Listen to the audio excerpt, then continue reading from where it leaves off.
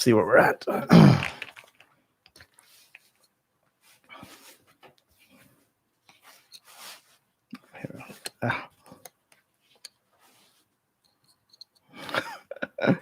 Jeez. Okay, going live here. Let's see. Hello. Hello. And I will be going to put this into a going live. Top chat. Hello. Now we got to find out where my live stream is.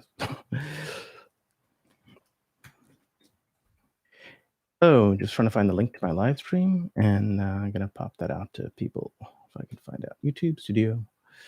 That's my channel. I'm live now, so let's go to live. Live 21. Hello, 21 people already here. I'm. Let's see what I can do. Give me a sec.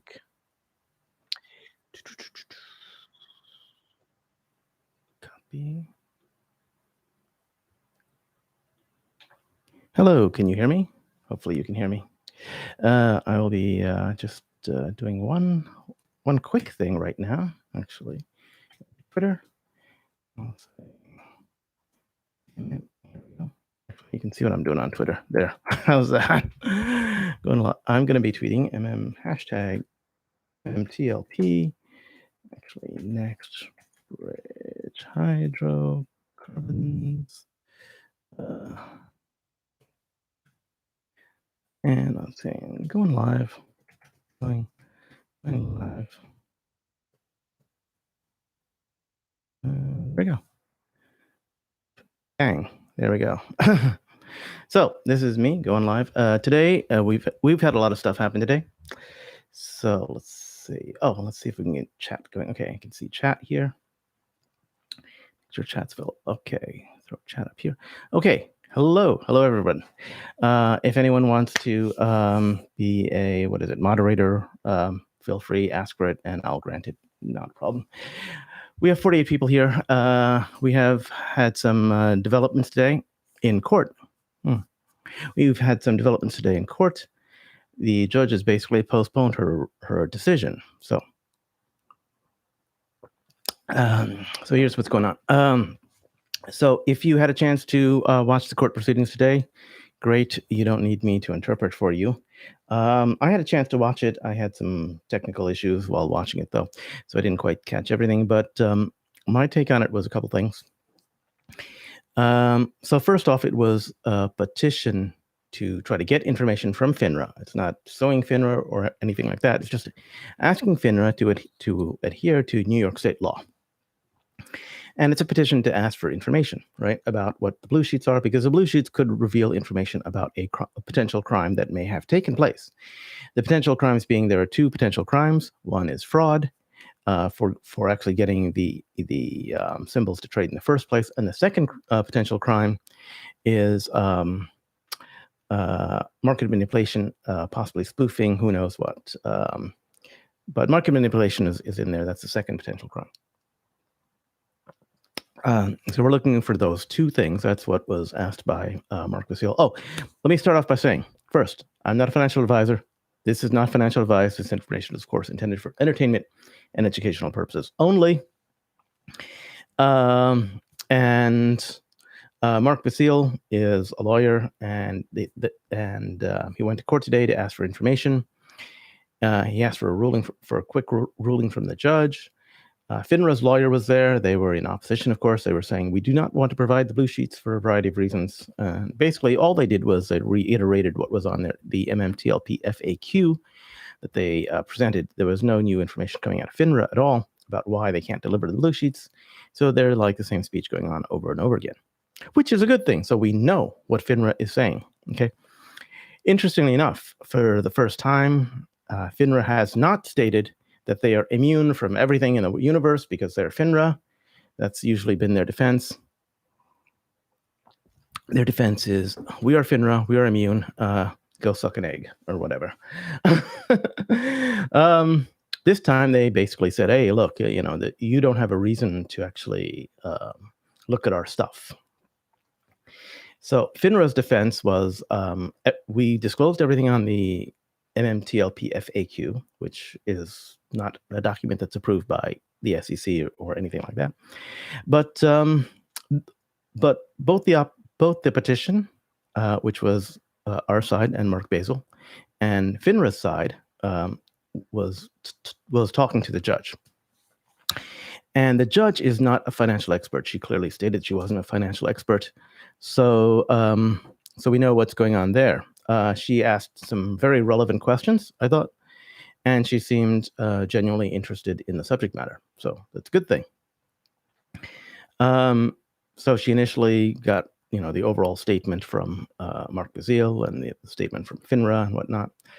But she asked a couple of interesting questions. First off, one question that she asked Mark Basil's side was, suppose I only gave you information as to who the, who the broker dealers are, then you know who to sue, right? Well, Mark Basil's side had a very good response to that, and their response was, well, we may know who to sue, but we don't know exactly what they did, right? Because the information as to what they did is in the blue sheets, right? How they actually brought this stuff about in terms of trading, who actually brought the symbol into existence and into trading, right? We only have anecdotal evidence right now, but we would like actual evidence that we can use in a court of law. So that's a very good answer. I thought that was an excellent answer by Mark Basil's side. I should go on with, is Houston Wade on right now? Justin Stewart said, what's up? I should go on with Houston Wade. If he's on, I don't mean to intrude on anyone's live stream. I just picked this time because it was a couple hours to give people some notice. That's all. Hey, Roller Pigeons. Hey, Bird Lady, you're here. Great. Would you like to come online? Anyway, so the thing is, the judge wants to understand the situation, and she asked some pertinent questions to Mark Basil's side. So that's a good thing. Let's see how to bring you online. Okay, give me a second. I will. I'll see if I can set up a Zoom chat with you, and DM you then. Okay, we might have Roller Pigeons coming online with a Zoom chat. Let me set up a Zoom session. Zoom. Yes. So this should work, hopefully.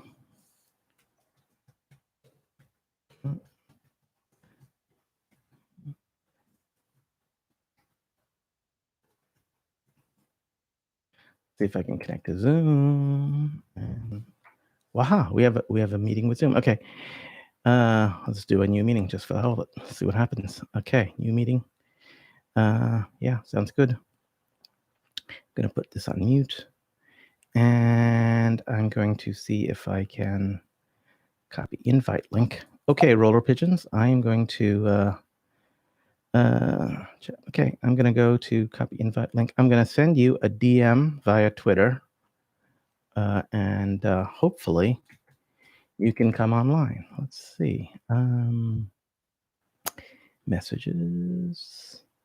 Roller Pigeon. Okay. Here is a actually, here's a Zoom link. Okay, just sent you a Zoom link, and let me know what's going on. Okay, so I'm going to proceed forward for now.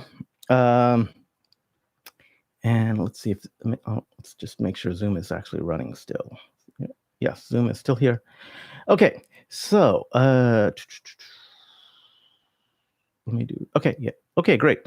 So the judge also asked another question from FINRA, which I thought was very, very telling. The judge asked him, okay, so this security that wound up, that you stopped trading, right? She asked, obviously there was no time for you to stop trading. That's why you stopped trading. And the lawyer said, no, they were given notice. So then that led another question to the judge. She said, well, if they had a bunch of time, like a week or 2 weeks, why did they have to suddenly stop trading? the judge asked a really good question. Why did you have to stop trading on the, why did you issue this order on the 8th and the 9th to stop trading on the 9th and the 12th? Because you had the information way before then. Why did you ask that information? Why did you do that? And I didn't really hear any good answer from FINRA's lawyer. I don't know if you guys did, but I certainly didn't hear any. I didn't hear a good answer about that. The lawyer basically said, "Oh, we needed to stop trading because there could be settlement problems." Well, quite frankly, the S1 was it was gone through by the SEC, who understands the settlement process and the clearance process. They understand how long it takes. They looked at the dates. They approved the dates. The dates made sense, right? You had 2 days, 2 days for settlement and clearance, and then after those 2 days of settlement and clearance, on the original S1, after those 2 days of settlement and clearance, you would have gotten the next Bridge Hydrocarbon shares. It's very simple. What actually happened was that FINRA took that S1, the 424B filing, which is after the S1, which includes the dates. FINRA took that and they pulled back the dates themselves. And then they said, oh, after the dates are pulled back, then they issued another memorandum that says, oh, the dates are all messed up. Well, FINRA messed up the dates themselves. So if they'd left everything alone, everything would have been perfectly fine. They should have just done that. Anyway, the judge appeared a little bit confused. I perceive that the judge is a little bit confused by FINRA's responses. Oh, hey, Roller Pigeons is here. Hello, I'm going Roller Pigeons. So hopefully you can see. Okay, Roller Pigeons, you are here. Okay, hang on, give me 1 second now, Roller Pigeons. We don't have sound yet. I'm gonna do this. I'm gonna turn off. Actually, I don't need to do anything right now. Go this way. Hello. Can you say something? I can't. Wait, hang on. Can't hear you yet. Okay. Can't hear you. You can hear me. I can't hear you. Let me see if I can get some sound here. Oh, I know. I think I know why there's no sound. Let's see. Wait, can you hear me now? Sorry. I can hear you now. Oh, yeah. This was from an earlier call with work, and I was on a conference call, and it was about our work job, and they're like, Bird Lady, we need your oil and gas knowledge. Come on in. And it was at the very end. They called upon it, but I was on mute. So there we go. Hello. Glad to have you on. Yeah. So yes, I sent a private DM to Roller Pigeons asking her if she wanted to come on and talk as well too, because I know she's got a lot of stuff to say, and I wanted to ask her about some interviews and stuff like that as well too. So thank you for joining me. I really appreciate that. That's really nice. So, and I'm glad everything worked out with work stuff. So that's great. I know. I was like, oh, I can't be there. Sorry. And then I'm like, oh, okay, done with work. It's like, oh, Tony's on. Like it just popped up on my feed. I'm like, oh, you're starting. Mm-hmm. That worked out. Yeah, very serendipitous. Yeah, I'm not that good with these live streams, so I'm seeing what I can do. But I think the live stream makes more sense for all the stuff that's happened so far. So so I think that the judge has some good questions. I think she is confused. I think the FINRA lawyers, I think their strategy with this judge was the wrong strategy, because I could see that the FINRA lawyer was talking very quickly. In fact, the FINRA lawyer had to be stopped by the court stenographer saying, "You're talking too fast. I can't keep up with the notes. Please slow down," which is insane, right?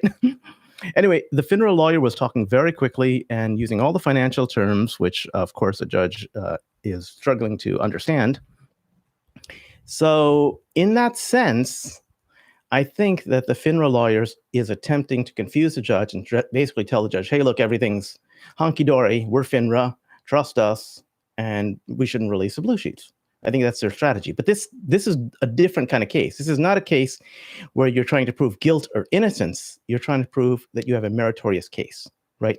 That means that you have enough information to ask to have a case to prove guilt, to prove whether or not someone's been injured and what the damages should be, right? So what do you think, Roller Pigeons? Do you think they have a meritorious case there? I mean, what? I agree, because they were talking about, this will define if they actually have a case or not. I agree. This was really to determine, the meritoriousness of the case, if they have a case or not, for sure. And then once you have a case, you can determine, what the damages are. Yeah. So, I mean, it doesn't really matter in terms of having to prove exactly what the case is. And if you listen to the Mark Bazile interview afterwards on the Busy Brands, what was it? Twitter Space. Basically, Mark Bazile said, look, we tried to lay out the case as simple as possible for the judge. We know the judge is not a financial expert. And I think he had the right strategy, right? So I think I'm actually feeling kind of positive about this. I'm hoping that the judge will be able to understand enough and move forward. What are your thoughts, Roller Pigeons? I agree. I remember them saying that, actually. That was like part of the time I was tuned in. Was definitely, like, Mark was talking about how this was the judge, probably the first time that they've ever had a financial case. They're not a financial expert. And as such, some education is required, right? We go into this with a lot of context and a lot of knowledge, right? So a person who's never seen this before, even though that they're smart and they're a judge, they have a very high capability of processing information, it's still a lot of information to take on at that one particular time, right? It's definitely. But Mark did say in that case that the judge, her eyebrows raised when they said, they went against the will of the company to file this because the company didn't intend for this to trade, and then FINRA, whoever brought this to market went against the will of the company.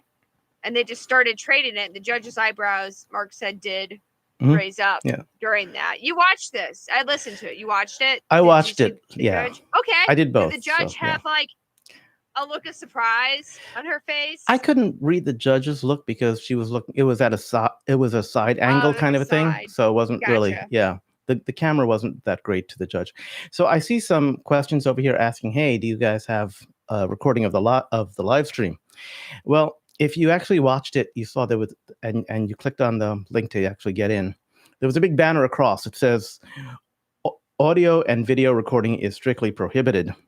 What happened was that Busy Brands was able to actually talk to or send a message to the court bailiff or something like that, who got a message through to the judge who said, yes, you can stream it, but you can't record, but no permission was given for recording. So I don't believe that there is a recording anywhere of this particular hearing.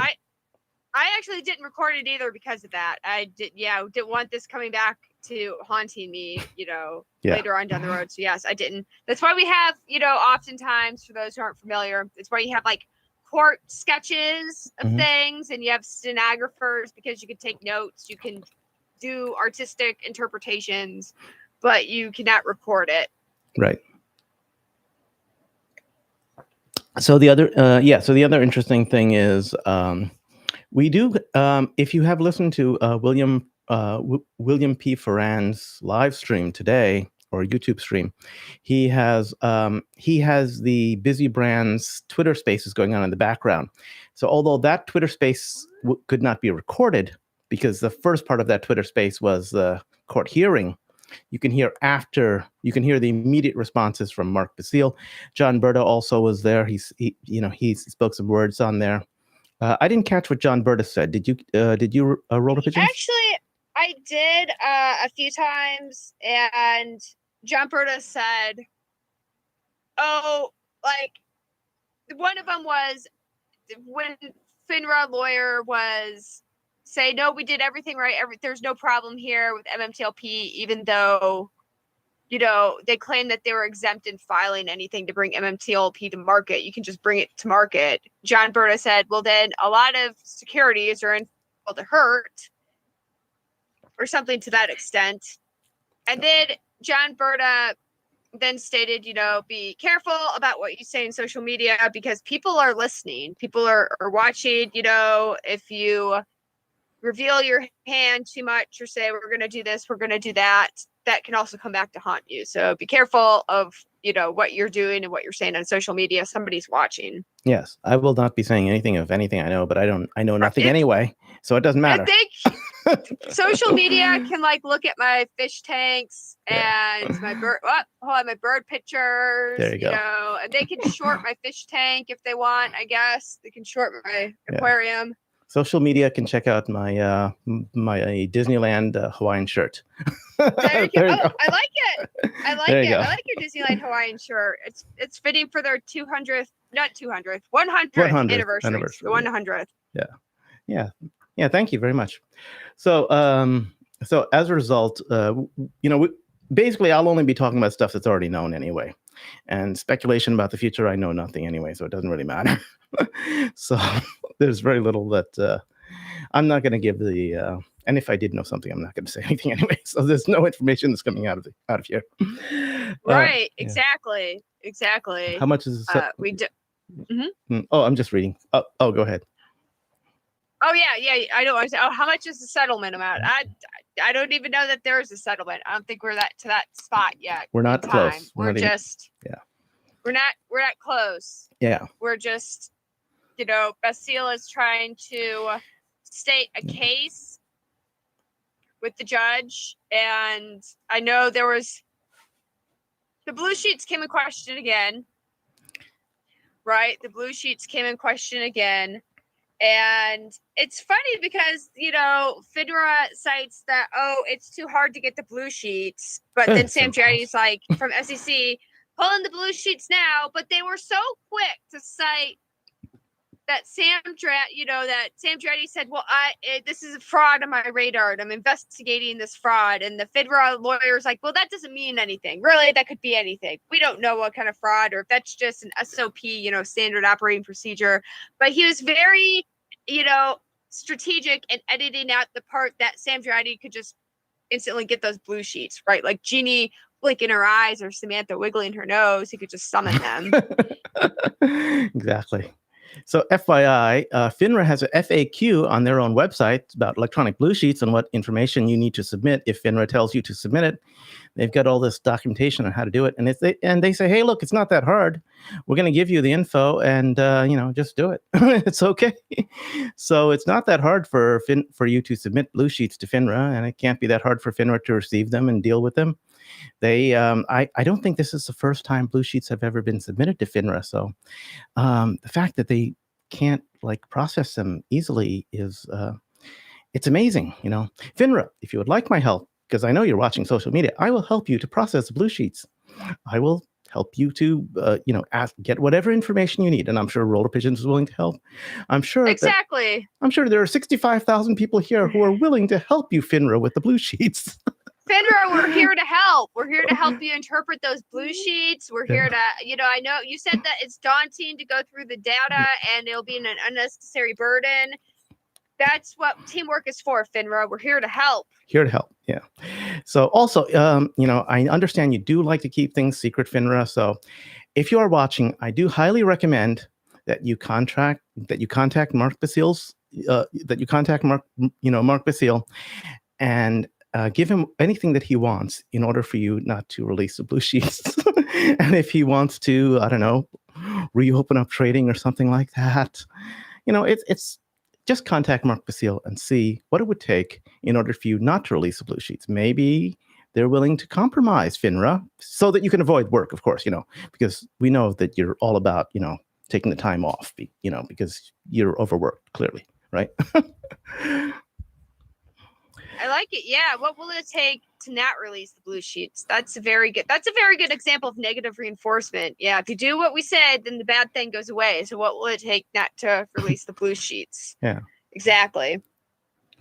So let's see. Based on their most recent filings, looks like NBH is going to be publicly trading if they want to keep their business and not go into bankruptcy. This is Wish M7. Well, NextBridge has already filed a long time ago that they wanted to release 40 million shares and issue 40 million shares, but the SEC kind of held that up. And I believe you had a FOIA request in there for the comments from the SEC as to why they held that up. I did. I put in a FOIA request for the comments. I said, there was an S1 submitted on this date. Again, the document number and the document location number and what document it was. And then it was delayed by NextBridge so that it would give time for the SEC to comment on this filing, because if they didn't delay it, at so much time passed, then it would become effective, right? And there was no comment, then it's effective, right? You're kind of like grandfathered in through time. So they delayed it till the SEC comments. And I said, well, if there's comments, I'd like to see those comments, please. And then SEC said, no, you can't see those comments. Like, they responded to me within 2 weeks and said, no, we can't do that. Exemption 5, right? And it'll cause foreseeable harm. That's right, foreseeable harm. It'll cause foreseeable harm if we show you that. Now, granted, if they came out with a second rendition of the S1, S1A, you could see what comments were made by just comparing the two documents and see what changes. And okay, that was their comments, right? Change this, change that. Exactly. You can get a good, right. So it's not like it's going to be private knowledge. It's not like I can trade on that knowledge anyways, because NextBridge isn't trading, right? So, yeah, you can't trade. Right. SEC said no way. And that particular FOIA did get denied on those grounds.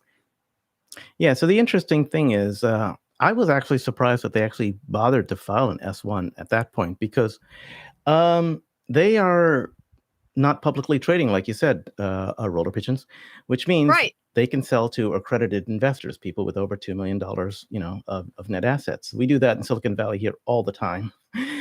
In fact, a lot of people stay in that private space up until the accredited investors believe that the valuation is greater than a few $1 billion, and then they might decide to go public at that point later on. Sometimes they never go public, right? Like Reddit decided to stay private forever up until Wall Street Bets came out, and then their valuation suddenly popped up, and they said, hey, maybe we should go public at that point. Right. Yeah. So let's see what other comments we got. Could be tomorrow, could be 5 years, who knows? Yeah, we don't know what's going to happen, but let's see. Based on the let's see. Corey Power, I suspect if they FINRA allow trading because they are massively short. Yeah. So my contention has always been that they are most likely short by a lot. I saw a recent tweet by Paul T, who believes that there has to be a combination of both open trading for 2 days, and if the shares aren't repurchased by then in those 2 days, that NextBridge Hydrocarbons could then sell shares to the shorts directly at a very, very high price, of course. And I kind of agree with that. I think it's possible. The only thing I did not agree with was, or the only thing that I might have had a question was, he mentioned a price of $1,000 per share. But I think if the trading actually exceeded $1,000 per share, then we might see prices in excess of $1,000 per share, right? Who knows? So, right. Yeah. Let's see what other questions we have. Cable, Michael, that's not happening. So that is an alt. There you go. Thank you, Cable.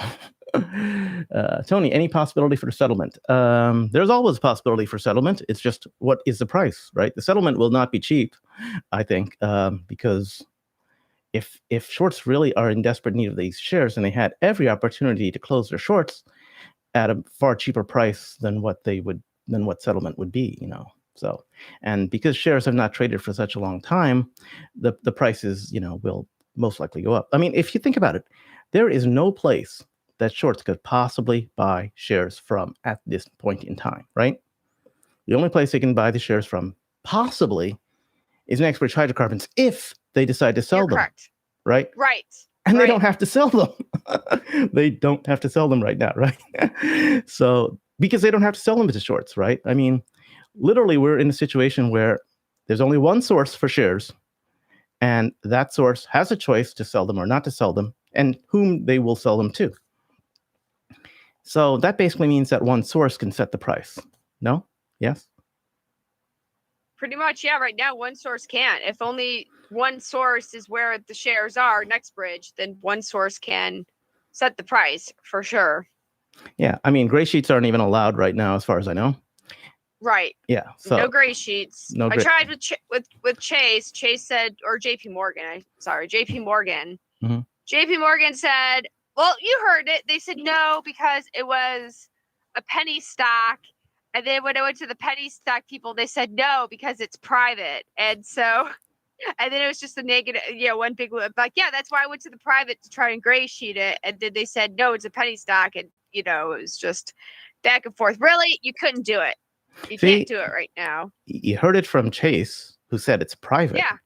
They didn't say, "Oh, it's a publicly reporting company, but not publicly traded." They said private. They told me private. Yeah, they told me private. I have it recorded. They told me private. There you go. So yeah, the longer they take for this whole thing. So FINRA, I suggest that you contact your broker dealers. I'm sure not all 105 broker dealers are happy with you. Some of them probably do want to, get rid of this liability that's on their books, because really at this point in time, the liability is on the broker dealer's books. Longs are owed Bridge Hydrocarbons shares.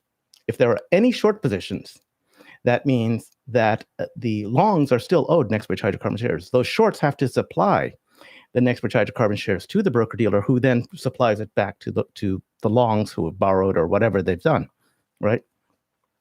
But if there's if any broker has any short position, they have to be able to get through the short position through the shorts. And a lot of broker dealers don't want to be liable. Right now, they're liable because they can't margin call their shorts, I believe, right? FINRA has basically said you can't margin call them. So, FINRA, 105 broker dealers, some of them, I'm sure, have positions that they would like to get rid of this liability, right? Right now it's a big liability. Yeah, they can't trade it. It's a big liability for brokers. And if a short isn't going to cover, let's say, the settlement's a ridiculously high price, and short's like, I can't cover it. Bye. I'll just declare bankruptcy. See ya. Brokers are still liable for it. They're liable for it. Yeah, that's the risk that the broker dealers have, right? The shorts could declare bankruptcy and say, bye, sorry, thanks for fronting us all that money. We have to go to the Cayman Islands, and there's no extradition there for you. So sorry, thank you, big brokers, for fronting us the money. We enjoy our vacation for the rest of our lives. Right. Yep. But guess what? If that happens, the broker is liable. Because people have asked me that, like, oh, what happens if the shorts don't cover? And they just say, I don't have the money. Well, your broker, that broker who let them short the shares, the broker who sold you that shares along, they're liable. Basically, they're liable. Yeah. So, so I believe that there was an actual law that got passed a while back. That's it. So some people had the opinion that suppose even if the brokers are liable and they say they margin call the shorts, right? What happens is that they'll force the shorts to sell everything they have, and the whole market will crash because of that, because they don't have enough money. There was a law that was passed, I believe, that basically says that the brokers can actually freeze all the assets of their shorts or whoever it is and get an emergency loan from the Federal Reserve of whatever the value of those assets are. And so they don't have to actually sell the assets and crash the entire stock market, because one stock went towards had a price that was heading towards infinity. So in that sense, the brokers are perfectly fine. They can actually do that, and it's fine. I don't even know that it would actually go to so the brokers have their own private insurance, and I don't know that it would even hit the broker's insurance. But if that's not enough money, it can hit the broker's insurance. And then finally, you've got the DTCC, who has even more money than they have even more money than even I can account. Yes. So. Yep. Yeah, the DTCC has quite a bit of money, but yeah, brokers have their own private insurance, and then it becomes an insurance claim, really, on that. And even if their insurance can't cover it, then you have DTCC. And I even showed you some articles actually from the GameStop where the DTCC had to lend money out to some facilities. They did have to lend money out to that, so people could. There you go. Yeah. So their facility worked. The markets didn't crash as a result of that. The markets crashed later on for totally different reason, because of the high-tech bubble crash. But no, that was different. But interestingly enough, during that entire high-tech bubble crash and all the other crashing that was going on, MMTLP stock was totally rock solid and stable during that whole point in time. Most stable stock on the planet. It was that thing was like a rock. It was very stable. It stayed within a specific range, and it really didn't go out of that range. It was very stable. Yeah. It's rather nice. Yeah, because basically enough people knew the situation, and anytime the shorts would hammer the price, people like me or other people would buy, and we dip into our savings, or our next paycheck came along and said, "Oh, I can buy some more MMTLP. Thank you, Mr. Short, for doing that." So I actually don't hate the shorts, because the shorts have enabled me to purchase these shares over all this time. They went to the trouble to get the shares trading. Geez, I could never have bought these shares if they didn't get it trading. Albeit they wanted to buy shares from people who had the shares, but a lot of people were like, "Hey, let's buy some," Hey, do you see any comments that you would like to talk about? Let's see here. If everybody transfer their shares to AST, it would be the quickest way to to find out if MMTLP was oversold or not. That could be the case, Jeremy. I know not everybody can transfer to AST. For example, if you have like an IRA. I know a lot of friends have IRAs. They won't let you transfer to AST because that creates like, you have to sell it from your IRA to take it to AST, and there's no value on it, so we can't there's no tax implications, and thus you just can't transfer it right now. E-Trade wanted $500 for me to transfer shares to AST. They're like, no, they can stay with E-Trade. So not everybody can transfer to AST, I'll tell you that. And then there's some people have a smaller broker who are overseas. They might not be able to as well. So Balaji says that transferring to AST to Next Bridge is like giving up. Personally, I don't think it's like giving up. I think it's a little bit different. It's like choosing that you want to have some shares forever, no matter what. I did not transfer any of my shares to AST because I wanted to take advantage of any trading that might happen. So that's my personal choice. But, anyone's got their own personal choice, right? Right. It's your own personal choice. So you do what you feel comfortable with, right? Do what gives you confidence. I actually said that quite a few times. Do what gives you confidence. Mm-hmm. Bird Lady, can you talk about if they can't sell the assets because of the lawsuits, or is there a different reason? I don't think any lawsuit would be I haven't heard of any lawsuits on the Oro Grande itself.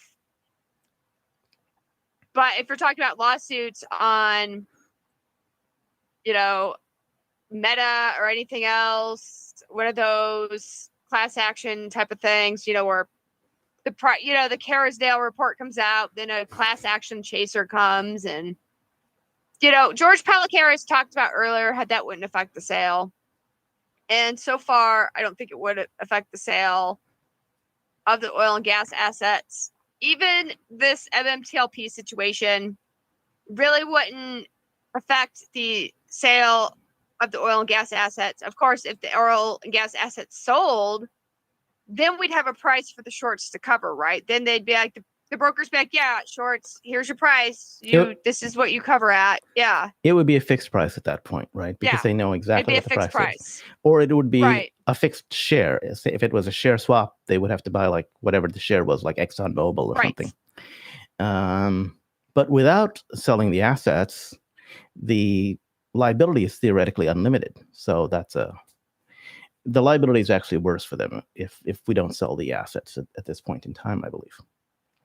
That brings up an interesting point. We know that there's been more drilling that's been going on, and they found these additional pay zones, right? Would you like to talk a little bit more about what you think about the pay zones and stuff? Because you're more of the oil expert.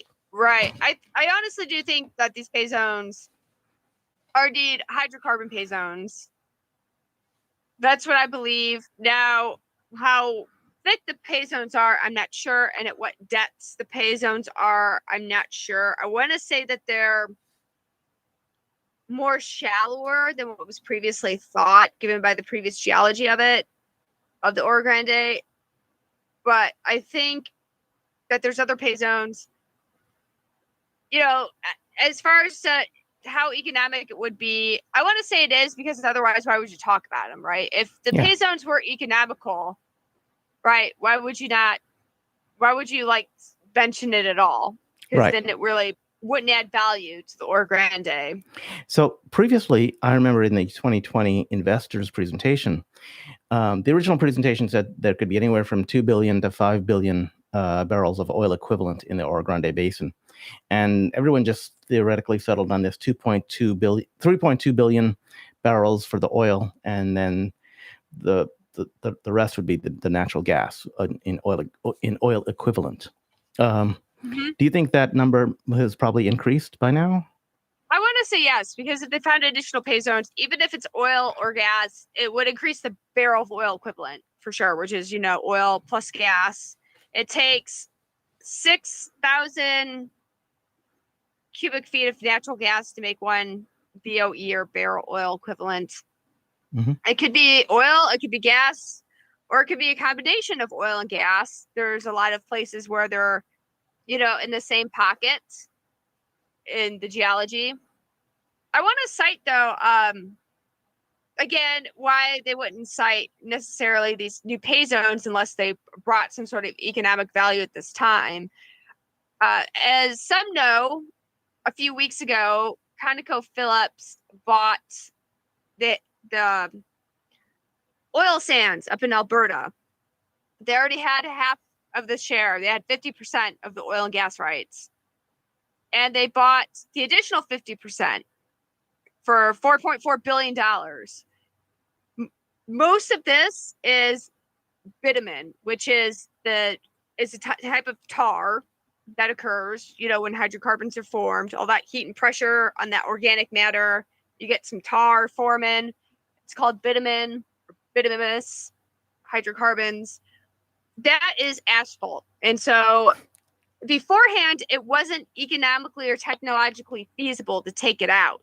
But all of a sudden it is. And there's enough of a demand for it where they're like, yeah, we're going to spend $4.5 billion to get this other thing to get some tar out of the ground. To me, that says a lot, right? Where technology is. Where a year ago, ConocoPhillips had the other part of the oil sands. And they're like, well, there's some gas, there's a little bit of oil, but it's mostly tar. And now they're like, yeah, we want that tar, baby. Give us that tar. Because now all of a sudden you have the technology to do it, right? And things change quickly. That's one of the biggest FUD you hear about the Oro Grande. And this is what journalists have told me who didn't, want to interview geologists.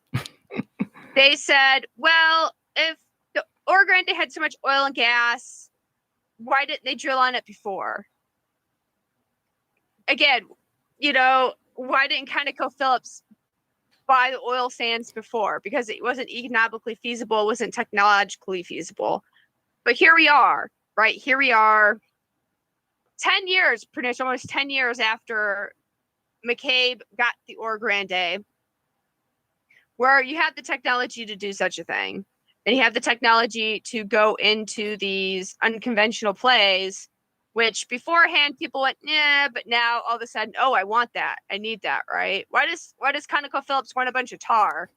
Maybe they want to make a bunch of roads. Who knows? Why is Exxon buying all this saltwater wells down in southern Arkansas, northern Louisiana? Oh, because they want to extract the lithium. They're buying these underground aquifers. They're going to pump them out. They're full of salt water anyways. They're going to pump them out. They're full of heavy metals. It's not potable water, but they're going to get the lithium. It's now feasible enough where they can get the lithium from pumping salt water out of the ground. It's crazy. It's crazy. Like the past few sales. Yeah, it just blows my mind in terms of like, we didn't want this a year ago, but now you give it to us. We need this. Yeah. Plus, there's also actually a lot of business reasons. If you know you have some oil or gas in the ground, but you don't know how much oil or gas in the ground you have the option from a business perspective of starting to pump that oil and gas out at whatever the current price is, or keeping the oil and gas in the ground, finding out more clearly how much oil and gas, if there's more oil and gas in the ground, and waiting for the price to go up higher before you start pumping. Why should you pump out oil and gas at whatever the current price is if you expect the price to go higher in the future? And there have been reports that the price of oil and gas might be significantly higher in the future. For instance, in 2021 timeframe, the price of oil and gas was what, negative $47 a barrel or something like that? Oh yeah, 2020 was negative. Yeah, Yeah. it cost more to produce a barrel of gas, oil and gas, well, basically barrel oil, than it was to sell that barrel oil. So nobody was pumping oil in 2020. Yeah. So the 2021, it got to like 65 on average, $70. Yeah. So I mean, the perfect storage mechanism for oil and gas, and you don't have to pay any storage fees. It's just leave it in the ground for now, and then when you think the time is right, start drilling, and then you get the oil out pretty quickly when you drill. So, and the natural gas, but right, it's gone. It's not going anywhere, and you don't have to pay storage fees. So it's been sitting there for millions of years as is. It's not going anywhere. It's not going to expire anytime soon. It's been sitting there for millions of years. Yeah, it doesn't have a due date, so that's a good thing. So let's see. So so there's all that oil and gas in the ground. There's probably more now. And some other questions that I might have to do with the pipeline being close by, and because we have both natural gas and so we have a couple things, right? We've got the natural gas pipeline, we've got the oil pipeline, and we also have water, I believe, in the area, so they don't have to truck or bring water in. Is that correct? Yes, yep, that's correct. You have quite a bit of aquifers. You have a very nice aquifer which you can use for getting the water to frack. And in fact, they actually drilled a few of those water wells on the property. And a lot of FUD sayers will say, oh, see the wells that they just drilled, those water wells, it's not worth anything. So it makes you want to in the desert, a water well isn't worth anything. Even if it's salt water, it's worth a lot. You can't drink it. You could frack it. You don't have to. You know how expensive gas was last year? Mm-hmm. And I did in 2021. I'm like, well, with the aquifers, or was it early 2022? It's with the aquifers at the time. This is before gas went crazy in the summer. It would have saved like $2.5 million in the first year alone, not trucking in water, just having an aquifer on the property. So the fact that they have, aquifers on the property that you can get the water for fracking saves a lot of money. It's great. Like ConocoPhillips, when they bought the Shell property, part of the reason why they got it and they liked it because there was a water pipeline on it. They had a water pipeline, so they didn't have to truck in water. We don't even need a pipeline in us. The water is right there in the ground. It's been there for millions of years. And just, there you go. You even have to pay it off a pipeline. It's take it out and you can frack with it. Mm-hmm. Yeah. Plus, I mean, so because we also have two other pipelines that are close by, once they do decide to actually pump the oil out of the ground, it wouldn't take that long or cost that much to necessarily hook up into those pipelines, right? That's correct. Yeah, you have on the Oro Grande itself, that the Torchlight Next Bridge property, you do have the gas, and then on university lands, the next lease block down is the oil pipeline. So that's also readily available to hook up on. Yeah. So again, you don't have to truck that out. You just hook up on the pipeline, and there it goes to El Paso. Yeah, and personally, I think it's a beautiful land. It's a beautiful piece of land with oil on it because it's close by to El Paso, which has a refinery. It's close by to the pipelines. It's not 40 below zero like in Alaska, where you got to worry about frozen ground and working with frozen ground, getting people up there. They have access to highways and roads that are close by, so they can actually get there if need be. Right. In fact, Alaska, on the North Basin and everything, you can only get there and do work in the winter because in the summertime it melts and you can't get there. So you can only do the work in the winter. Wow. Otherwise, it's too wet in the summer. So there you go. That's crazy. You can only do work in the frigid winter of Alaska. Yeah, and the nice thing is about Texas is again, it's relatively it's on land as well too. It's not like in the Gulf of Mexico, where you have to have these $1 billion oil rigs that that drill underwater, and God knows what happens if they crack a leak there. There's no, the environmental concerns are a lot better here because it's on land. You're not going to pollute the Gulf of Mexico. Right. I mean, I'll say this, and it's on private lands. Even though they're owned by the university, it's still considered private lands in Texas. It's not public lands, it's private lands.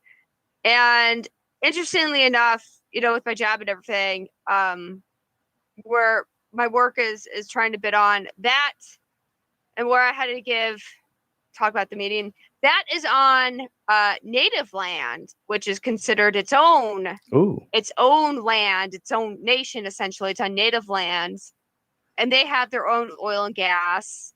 And so, but because it's its own nation, they get to make the rules of what they want to do. So, where, public lands, you have to do this, this, this. Private lands, it's up to the landowner. Although Texas, you have to file a couple of things depending on where you are. Where we are in the Oro Grande, you just file a TEQC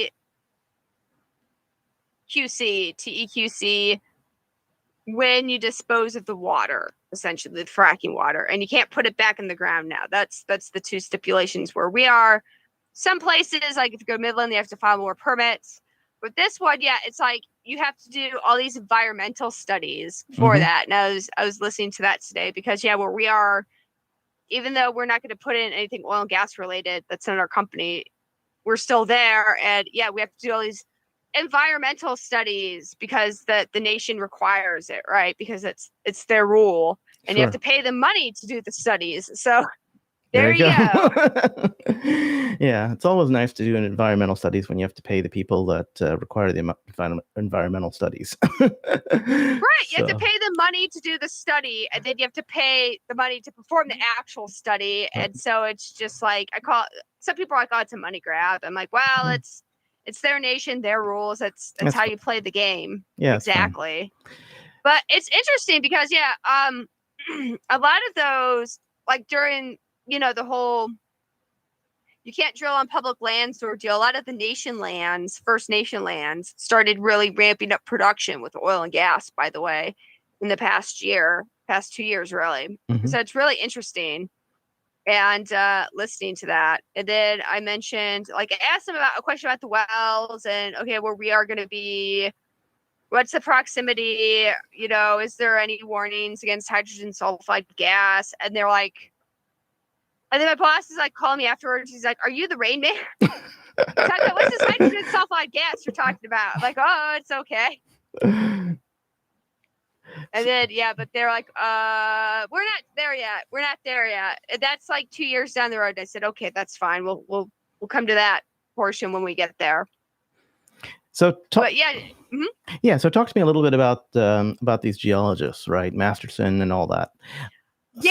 So you have, there's, not just one geologist who did the work for torch. Hold on, I have to look up which one he was. I think. Oh, Zebrowski or something? Yeah, Zebrowski. Yeah. Okay. I'm sorry if it's Mike or Dan.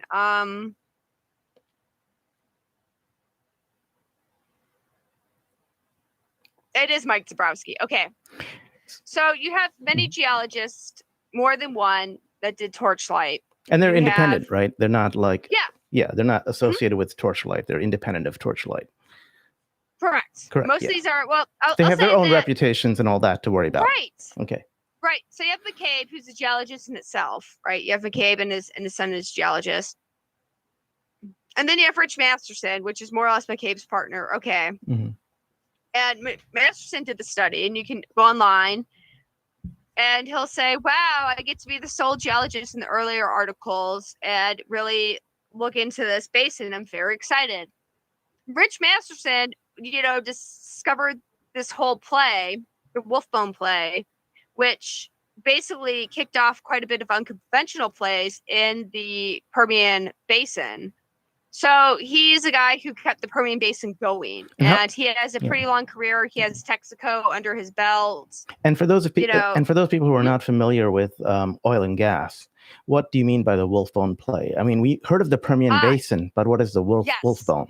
Okay, sure. So you have these different layers in the dirt, in the ground. Basically, you have these different layers, and the layers have different names depending on where they are, what era it is.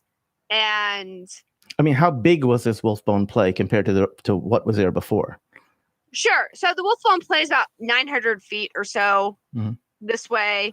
So it's quite a bit of oil, right? That you want at least like 380 feet to frack. back then it was like 400. So it's basically like 2 plays worth you could get. You could frack it pretty deep, but it was a lot more oil that the Permian had. Remember when we were kids, Tony, that teachers always said, "Oh, we're going to be out of oil. By the time you're our age, we'll be out of oil." Yeah, it'll be gone. Yeah, it'll be gone. It's only limited. It's going to be gone. And now we get to our age and they're like, "Oh no, we keep finding more oil. There's plenty of oil left." We're like, we were told that it was very limited. Why is there more oil? How is this happening? Oh, because, now they have the technology to get to these unconventional plays. And Masterson was one of the people who found this geological play. He looked at certain parts of Texas, and there were certain areas of geology. Double peak in oil, and it caused the, it reinvigorated the Permian Basin. I want to say, I said it breathed life into the Permian, but it certainly did reinvigorate the Permian Basin, because the Permian was great guns and it kind of slowed down. But then when more plays were discovered and unconventional fracking happened, then it took back off, right? Then it took back off. So his reputation went up dramatically with this Wolfbone play, right? Everyone suddenly, Right, it did. Everybody suddenly, it was great. He kept working for big companies. He has, like I said, Texaco, he has Monsanto under his belt. Monsanto does do petroleum because they do fertilizers and he's basically like the world champion of oil finding at this point in time, right? He's got everything to lose by making a mistake. Right. Nothing to gain. If he puts, exactly. If he puts his name on something that's a scam, he certainly has a lot to lose. Same with Mike Zebrowski. Right.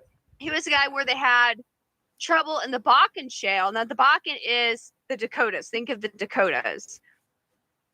30 years ago, nobody was drilling there, and it's like there might be some oil there, but it's it's very little and it's not worth much. It was very similar to what you hear today about the Oro Grande, and people are like, "Oh, there's so many dry wells." That was still in the era where you would think oil was there, and you'd go drill a well.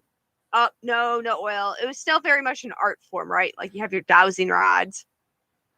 They bring in Zebrowski and they're like, this guy's, they bring in Zebrowski and they're like, this guy's really good. And all of a sudden he found a bunch of oil. So when Masterson in the early days, if you read those articles, he's like, oh, there's probably like 1 billion barrels of oil here in the Oro Grande equivalent, 1 billion barrels is 1 billion barrel play.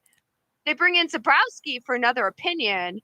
And he's like, no, you're wrong. There's not just 1 billion barrels of oil. Okay. There's many billion barrels of oil, at least 2, if not up to 5, right? And the median's about 3.7. So, or 3.5. Yeah, it's 3.7. Median's 3.7.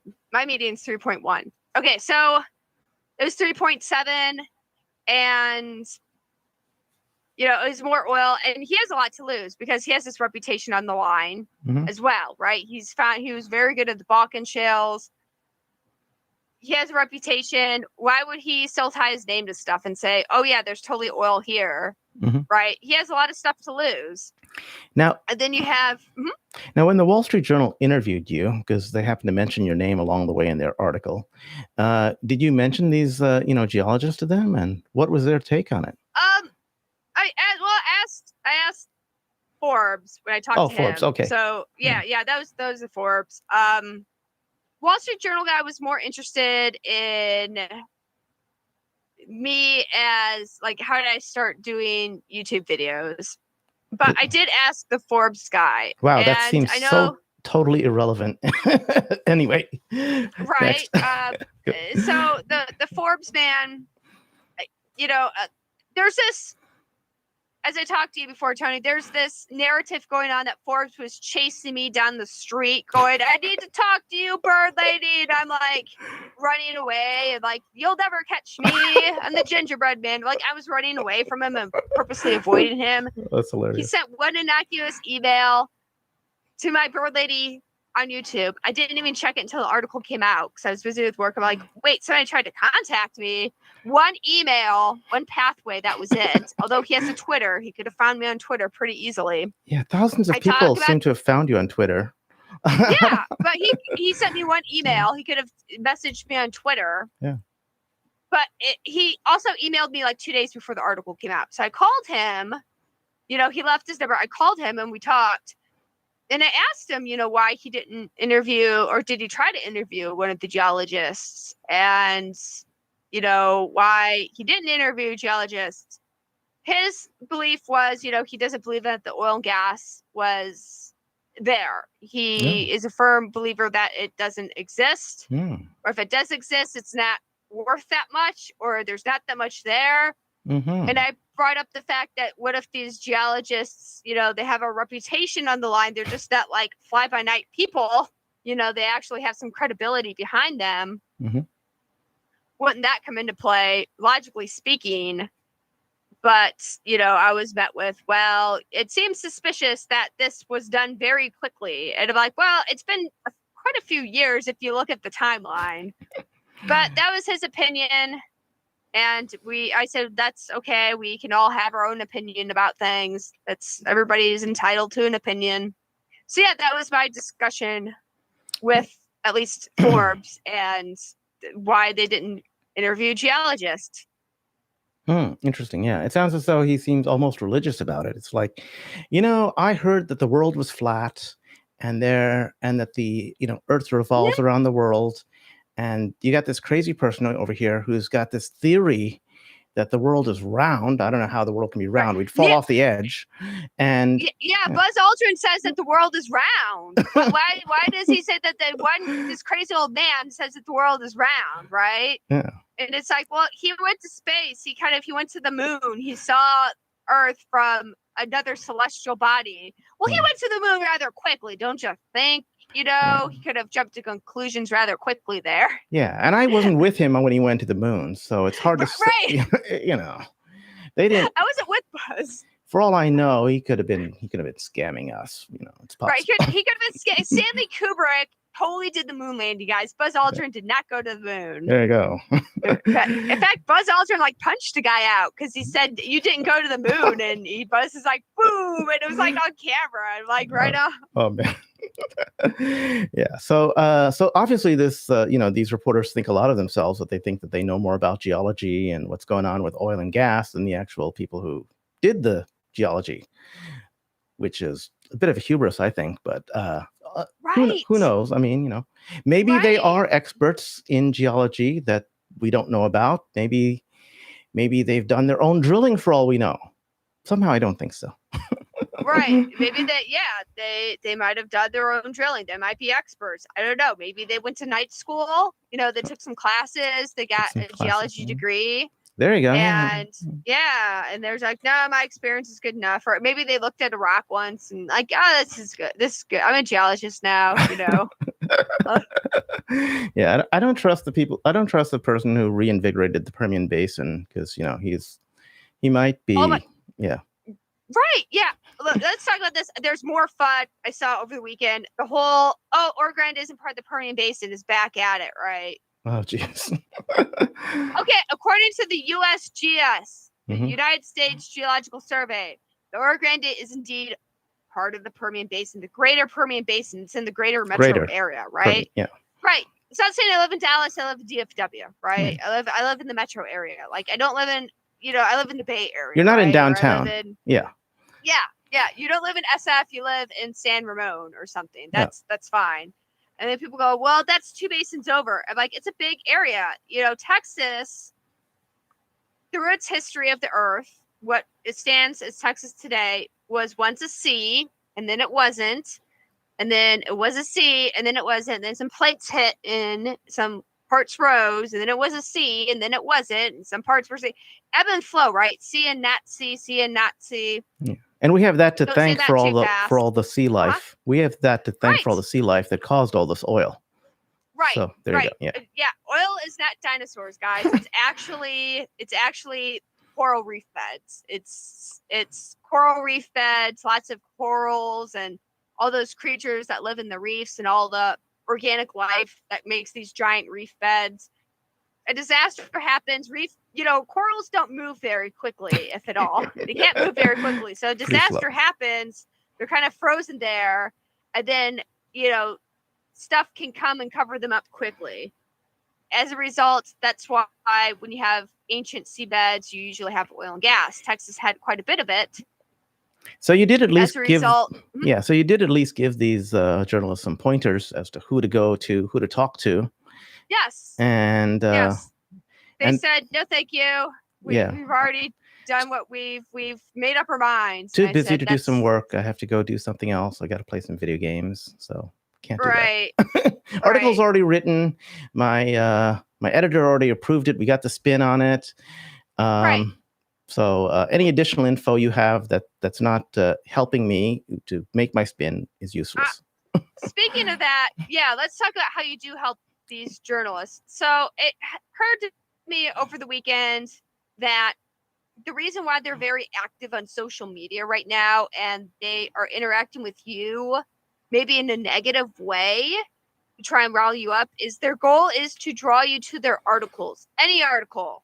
Doesn't matter. Draw you to any of their Wall Street Journal articles. Mm-hmm. Go view the article. Leave a negative comment. Tell them how much you hate them. Give a thumbs down.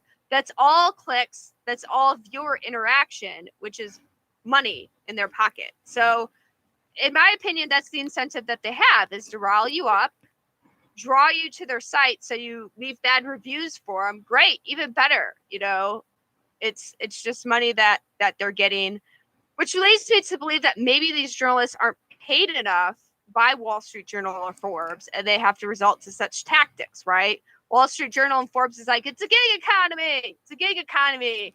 And these guys are just trying to survive. It might not be the most ethical way to survive. I have to admit, I personally like nice clothes and all that, so I can tell if someone's wearing some nice clothes and whatnot. And the pictures that they had, unfortunately, led me to believe that they are lacking in income for whatever reason. I'm not saying that their clothes are terrible. I'm just saying that they're definitely not wearing Armani suits. These are guys that are wearing basically what used to be Sears and Roebuck clothing. Nothing against Sears and Roebuck. It's just that's a particular price point. So that's where they're coming from. Right. That's their price point. When I think of Armani suits, I think of Ari Rubenstein's picture because he's like wearing the nice He's very well dressed. He's clearly not lacking for funds. Right. He's very well dressed in that photo. He's very well dressed. Gary Gensler seems very well dressed in all of his photos. Yeah. You got the designer clothes. You got some Emilio Zegna clothes going on. Oh yeah, there you go. Right. Exactly.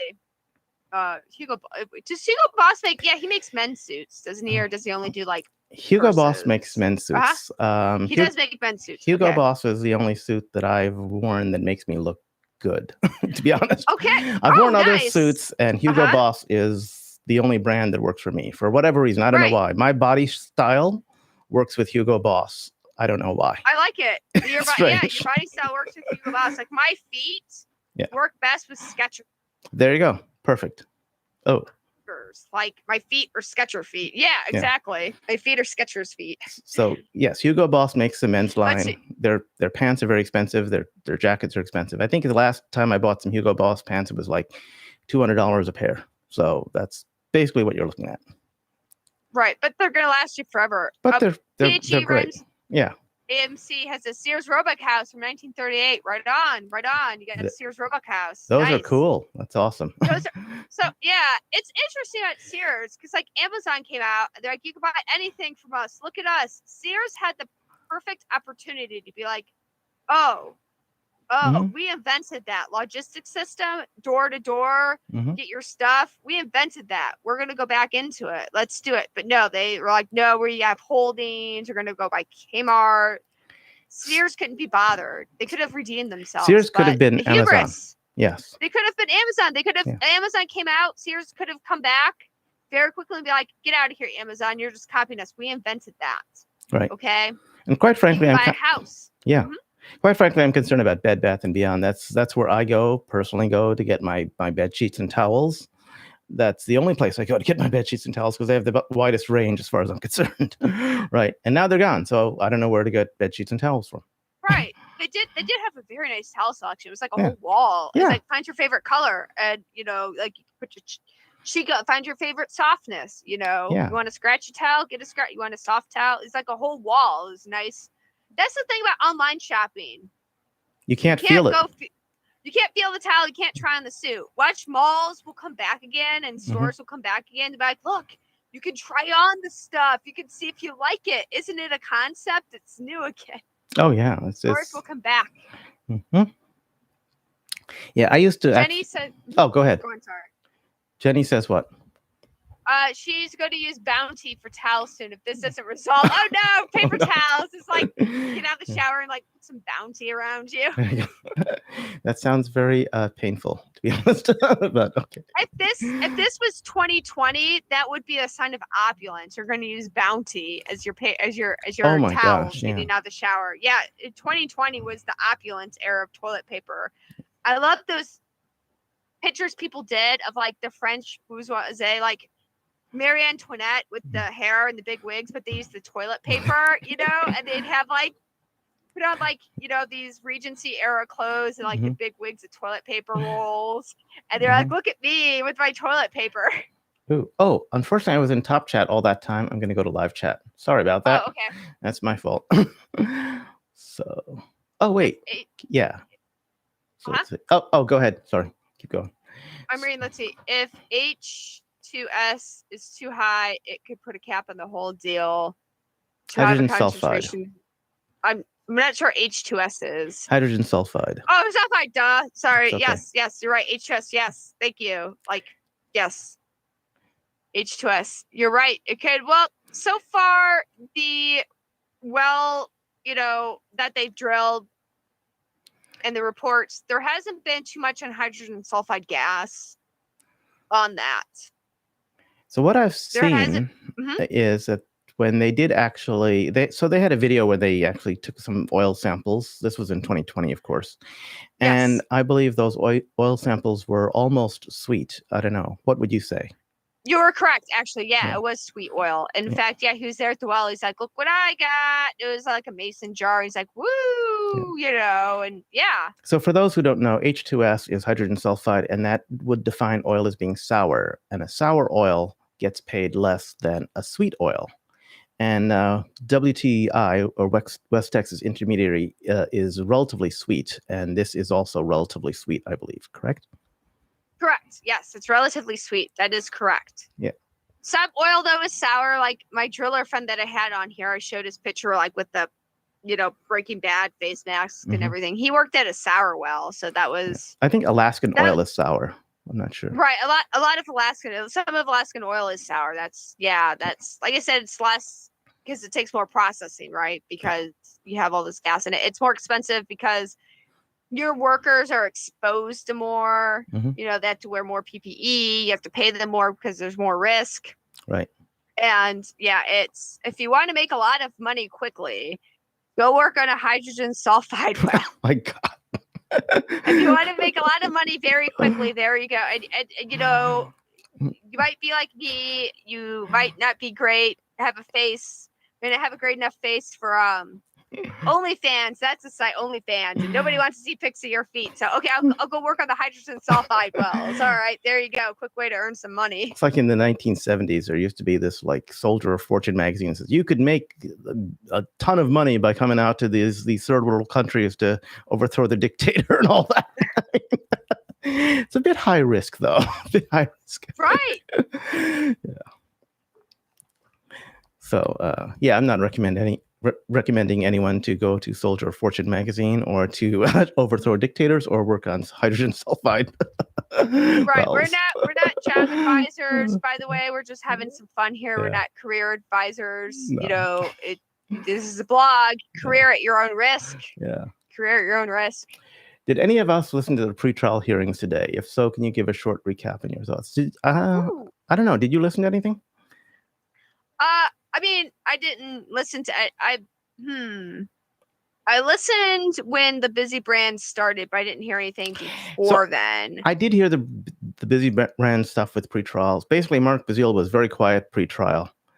So once the hearing was there, he actually said what he had to say.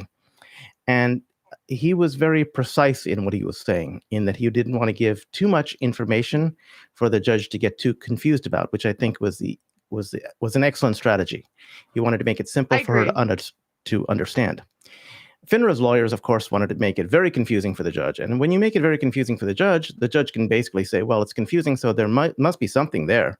Who knows? There might be something there, there might not be. I don't know. I don't need to be able to tell, but chances are there could be something. If I can't tell that there's not something, there could be something. Who knows? Go ahead, have the blue sheets. Right. Also, if you start, talking a lot during the pretrial, what are you going to have for trial, right? Like half of that is like trying to take the other party by surprise, right? Catch the other party off guard. Mm-hmm. That's a lot of I watched that show, Better Call Saul. That was his whole spiel. He tried to take the other party off guard, by some loophole. Yeah. But yeah, they're trying to take the other party off guard. You don't want to spew everything out in the pretrial because it's all recorded. They'll be like, aha. Yeah, it's all recorded. They'll be like, aha. Well, we can't record it, but the court records it. That's the whole thing. Right. So probably the court records it. I don't know. It's some sort of legal thing that they can't actually do that. Yeah. Anyway, so let's see what else we got. We got Dwight Wright. He said, they have been drilling this entire time, not for production, only enough to keep exploratory and to keep compliant. Yes, that is correct. Go ahead. When you start production, though, remember that puts a valuation on things, right? Because now it goes from being speculative, it could be worth anything. It could be worth a lot, but once you start production, that does start to put a valuation on things. FYI, if it's not production, there's no book value to it. That's a business model of a lot of oil and gas companies. No production, no valuation to it. It's fine. It's, just sitting in the ground, waiting to be tapped.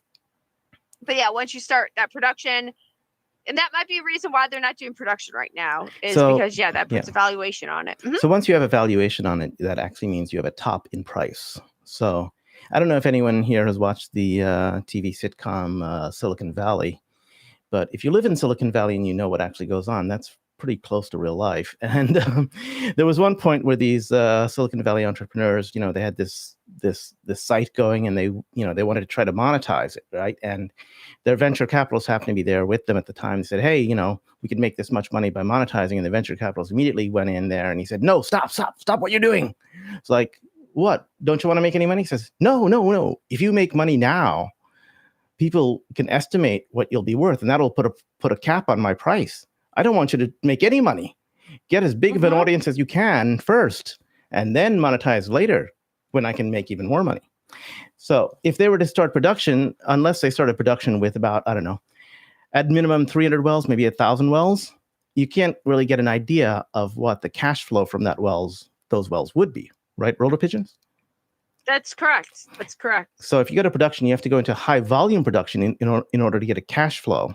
And only once you've got the cash flow, I believe, at that point you do cash flow analysis, and then you can find out what the the future value, the future value of that, the net present value, right? Yeah. So you have to do a cash flow analysis and get the net present value, and the net present value based upon 2 or 3 wells isn't very much, right? But the net present value based upon 1,000 wells is significantly more. Right. Correct. Yeah. 1,000 wells is significantly more. In our situation, like if we get above 20, it starts to get exponentially higher. If you get above 20 wells that are producing currently, it starts to get pretty high. Really 24, it takes off. But yeah, it's exactly the more you're able to produce, the more wells you have, the higher your current value is going to be, because the net present value long term, even though there's a lot of oil and gas there, it's if you have 1,000 wells, you're going to get it out a lot quicker than if you had 30 wells or 40 wells or 50 wells, right? Right. So your net present value today is much higher than if you had 1,000 wells, because you're going to get all that oil out quicker than if you had a few wells. Your net present value is going to be a lot lower because it's going to take longer to get that oil out. So that's how it works. Yeah. So this whole thing is based upon cash flow analysis, and cash flow analysis basically means, figure out what your income stream is now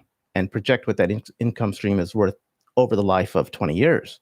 So if you have 20 wells, your cash flow is very low. I mean, it's a lot less than it would be with 1,000 wells, in which case your cash flow is a lot higher, right? Correct. You're correct. How many wells are there currently? There's about a dozen wells right now that are capable of production currently. Let's see. 20. Let's see. Dustin Wright says, would they spend money keeping it going, drilling and all, not selling, obviously, have a goal in mind? I don't know. I have no idea what that's still about. Like would NextBridge go into production rather than sell the oil and gas assets? I think that depends, right? I think if they suddenly had, I don't know, $1 billion or more cash in the bank, then they could go into production themselves, put 1,000 wells on it, hook up to the pipelines.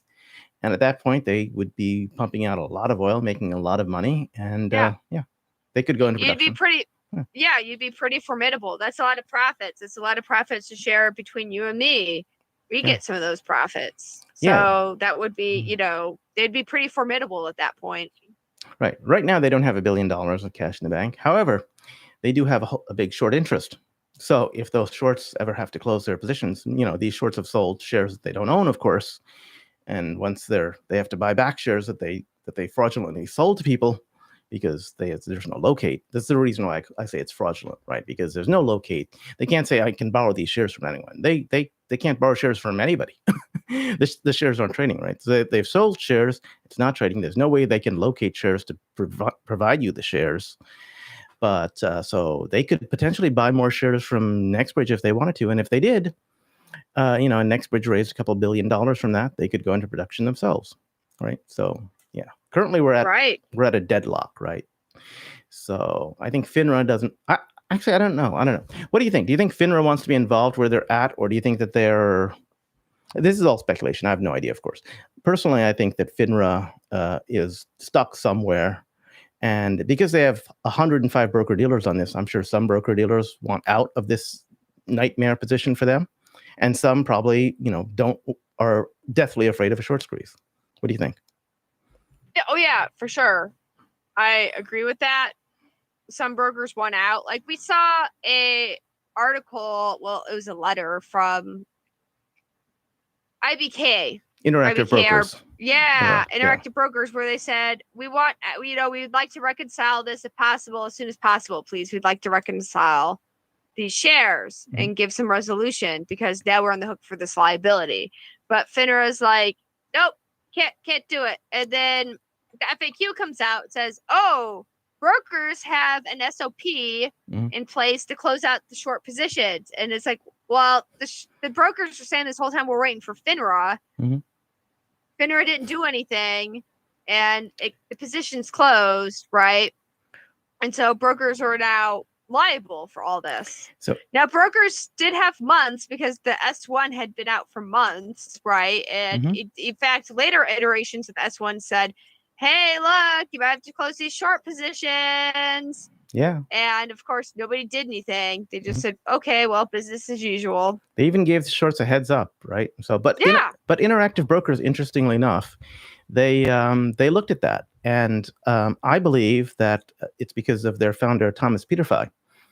Thomas Peterfy, at one point, I think he went on CNBC or something like that, and he was talking about the GameStop issue, and he said, "Hey, look, quite frankly, if the longs had demanded their shares and held out, no one can deliver, and the price would have gone towards infinity." And he says it would have been a big mess. And I think he desperately wanted to avoid that situation for his company, Interactive Brokers. So he had the material written up for the position close only and for shorts, and that shorts have to close their positions. And he was prevented from doing that, right? That's crazy. Yeah. Oh my goodness. Yeah, I would have approached infinity. Yeah, I would have. It's on its way up there. That's for sure. Yeah. And GameStop had many shares. That's the thing. GameStop still had more shares on their,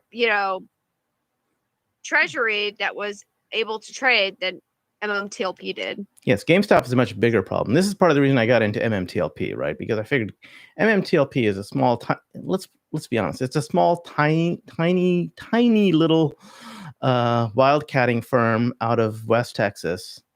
And to think that it causes so much problem that it could actually be of significant interest to halt trading in a U3 halt and go through all this other strange rigmaroles that large short hedge funds are deathly afraid to close their positions. I mean, this is insane.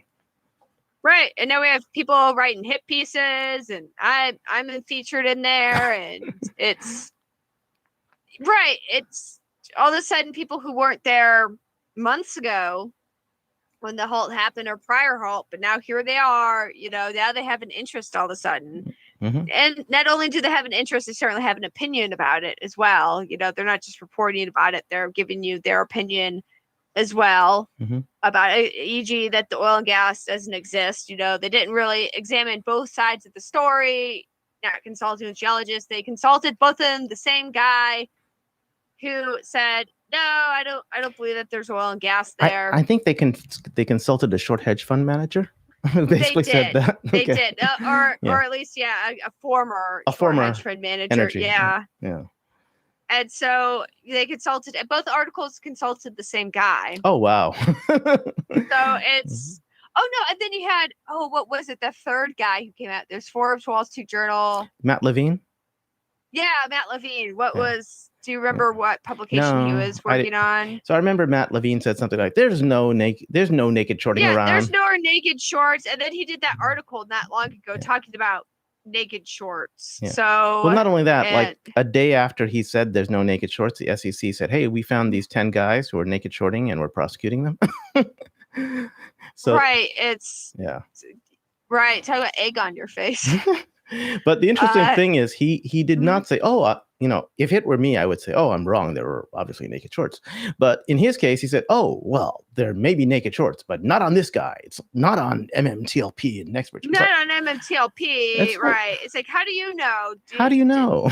Do you have a Palantir? Do you have like a Palantir? Or maybe he has maybe he knows these particular shorts that were prosecuted and he knows the details of their books.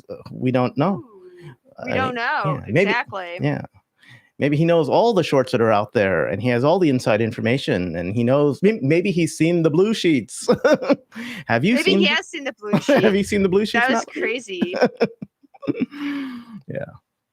So let's see. We got some other stuff over here. Let's see what's going on. Wall Street. The less risk there is for the Supreme Judge, the less risk there is for the buyer will help the assets. But the next Bridge Hydrocarbons has stated they will further develop the assets. Oh yeah, they'll further develop the assets in order to reduce risk. So that's good.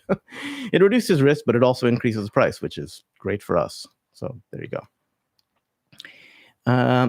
So Mike Kuzi says they need to halt the entire market now that they know there is naked shorting going on even one stock. Well, interestingly enough, they don't need to halt the market because MMTLP / Next Bridge Hydrocarbons has ceased trading. We are in a halted state. You cannot sell stock. You cannot buy stock. You cannot do anything with it right now. We are frozen in time.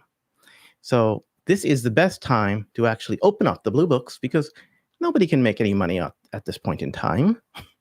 Right? Open up the blue books. Yeah. Open up the blue sheets. Yeah. What are you hiding? Nobody can trade off this information. So what are you hiding there? Yeah. Let's see. Hello, 223E. It's nice seeing you too. Hello. Nice seeing you. Oh, cool. Yeah. Yeah. It's been a while since you've made a video. So I know. I've been. Well, we know why. I'm waiting for a certain filing. I'm waiting for a certain filing, so I'm trying to be a bit quiet about that, but I'm waiting for a certain filing. Well, I'm personally am thankful that you came on video live stream with me, so thank you very much. And it's good to see you. Yeah. Yeah, I wait for a certain filing, and so I've been, I find the fish tank very calming, and it's beautiful to look at, and it's fun, and there's doodads and things and, fish you can get and how do the plants do. But a lot of people on Twitter, they seem to get irrationally angry when I post pictures of my fish. And they're like, nobody cares about your fish. Oh my gosh. And it's like, oh goodness. Like it makes me want to post more pictures about my fish because they're getting irrationally angry about this. Right. And if hedge funds are watching, if SEC's watching, if everybody's watching to see what you do, You know, that's why John Berger said, be careful what you say. People are watching. Great. Let them see my fish tank. You know, let them see the bird pictures. Let them see me. And if you've made it this long, kudos to you. Yeah. You know? So, yeah, personally, I think that this has been going on for a very long time, and I would like to see a resolution because I am a shareholder. I think anyone who watches this channel is, apart from the shorts and the shills, are shareholders. So most of you are shareholders. Shorts, shills, and FINRA, of course, you're most likely not shareholders, but I welcome you to this channel, and I hope you take my advice and decide to release the blue sheets. Or, oh, one other thing. If you are a FINRA employee or a short or shill who's employed by FINRA, you could make a lot of money by turning them in. Yeah, you could. Yeah, the SEC paid that, what? It was like $14 million or something to that whistleblower complaint. Whistleblowers, yeah. You can make some serious cash. Look, you can make more money being a whistleblower than you would working on a hydrogen sulfide well. So there you go. Go be the whistleblower. There you go. Rather than have to pay for clicks, you could actually, rather than having to write articles that would, require people to get angry to click on your article, you could actually disclose that you're being paid to write an article as a hit piece. And you might make a lot more money that way. I think that's called stock manipulation if you're actually writing a hit piece or for that purpose. Right. That's yeah. It's isn't that manipulation? Yeah. And if you're a whistleblower, you're probably immune from the prosecution because you blew the whistle on whoever was paying you. So because they're a bigger fish, right? Whoever's paying you is a bigger fish. That's a good point. Yeah, you'd be immune. You'd be immune if you were the whistleblower. That's a good point there. I like that. Yeah. So yeah, I just like to welcome all guests, and if you are FINRA, please feel free to whistleblow, that kind of thing, and yeah, I'm very welcoming, as you know. I'm for sure. I like being more welcoming and more, I seem to find more success with positivity than pessimism the older I get. So for sure, I would be positive. Yeah. Because it's so much more nicer. Be positive. Be excellent to each other. Like Bill and Ted. Be excellent. Yeah.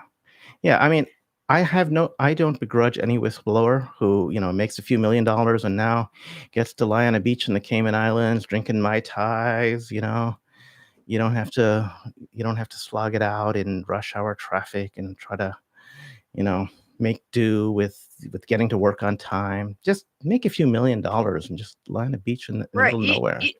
You don't have to post on Twitter to get people riled up to try and view your article. Yeah.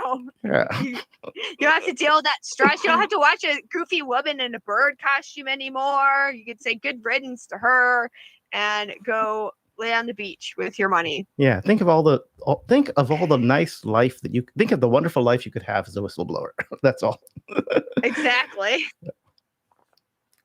Can Gary Gensler whistleblow himself? That's a very good question. That is. Can Gary Gensler whistleblow himself? I think Gary Gensler has his own problems right now. As some of you may know, I'm interested in cryptocurrencies and all that, and one of the biggest crypto exchanges is Coinbase. They operate just out of San Francisco. Anyway, they have been attacked by a couple of states and Gary Gensler, who says that they are exchanging securities and that they're violating securities laws when they're actually a cryptocurrency exchange. And they tried to shut him down, gave him cease and desist orders. So, and of course, the price of Coinbase, the price of Coinbase's stock price went down. And there are rumors that Coinbase has stated, or that Gary Gensler may be invested in some funds that have benefited from the price of Coinbase dropping down. The rumors, of course, I don't know anything. It's not financial advice. I'm not accusing anyone of anything, right? But those rumors are going around.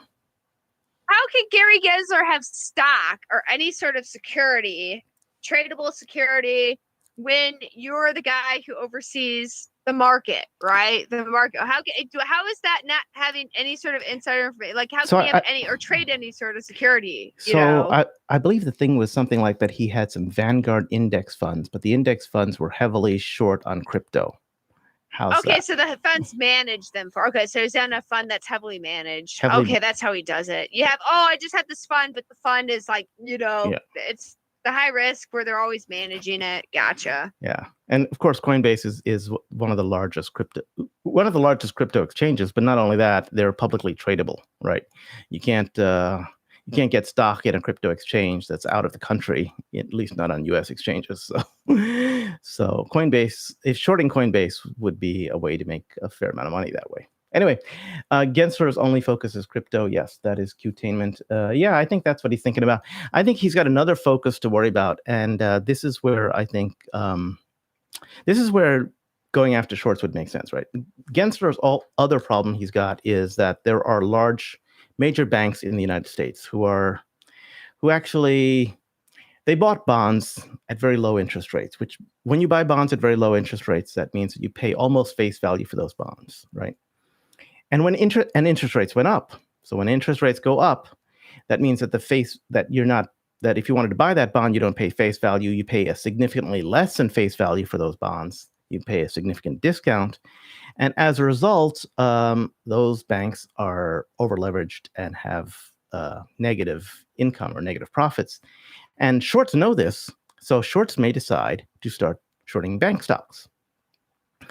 So Gary Gensler has to worry about shorts imploding the financial system because they could potentially go after large banks. Not only that, so previously in 2008, what did they do? They passed a special law that said if you're a short, you can't short big banks anymore. You can short anything else you want, but not big banks, because big banks were crashing in 2008. And they said, okay, you can't short the thing that's crashing right now. Oh, okay, whatever. So in either case, if they passed a law like that, that would have a particularly interesting effect on longs, because longs who held on in 2008, they saw their valuations drop by over 50%. So longs are now accustomed to this, right? So they're saying, oh, if they pass a law that says you can't short big banks, if you're a long and you actually have big bank stocks, you would sell them immediately because you could pick them up later on after the stock prices crash, right? So he has to manage that. And I don't think he can pass a law that says you can't short big banks, because that would cause the longs to immediately exit their positions.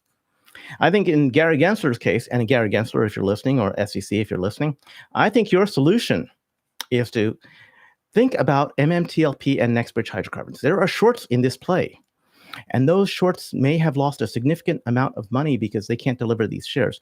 Why don't you force them to deliver shares?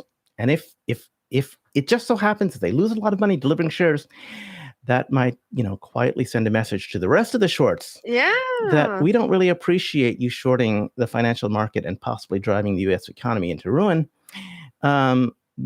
Just make a couple examples of the MMTLP and Bridge Hydrocarbon shorts. Again, not financial advice to anyone here, of course, because we don't trade and we can't trade the stock. But Gary Gensler, if you're listening, think about making an example of these Bridge Hydrocarbon shorts, because sometimes an example is very useful and can save the entire financial system.